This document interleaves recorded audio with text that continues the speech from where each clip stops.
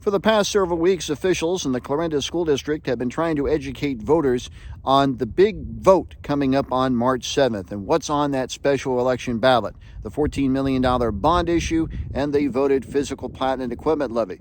One of the questions that school officials have tried to field over the last few weeks is what the bond issue and PEPL will do to taxes.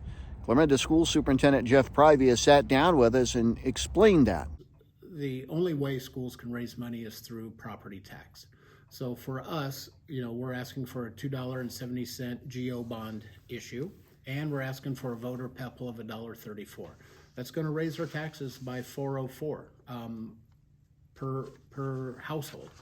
So it's really important, I think, that we get this off the ground and going, because these are just basic needs. There is no athletic things in this. This is just for our students academically. And if we can get back to ground zero, then we can start looking at some of those things that make our district even better.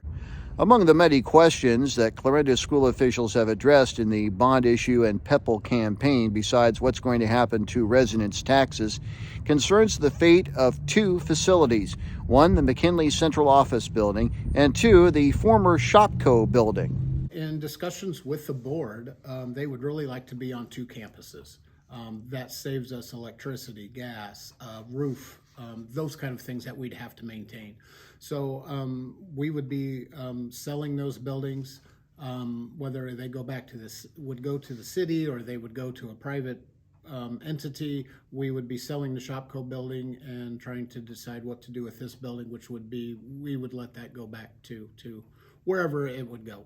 Hopefully a housing development would come in and take over the McKinley building and take care of that and build more houses in our area. We are in a need for housing. A 60% supermajority is required for the bond issue's passage, while the PEPL needs only a simple majority. Privia hopes both questions pass in order for the district to address some major facilities needs, not wants.